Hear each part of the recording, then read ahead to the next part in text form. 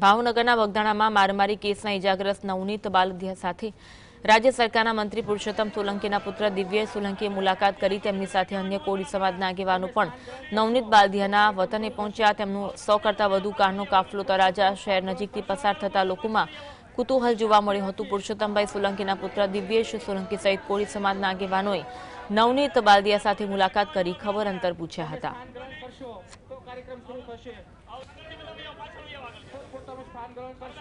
અધિકારીઓ છે એની તપાસને આગળ ધપાવી રહ્યા છે અને અમે એ તપાસથી સંતોષ છીએ।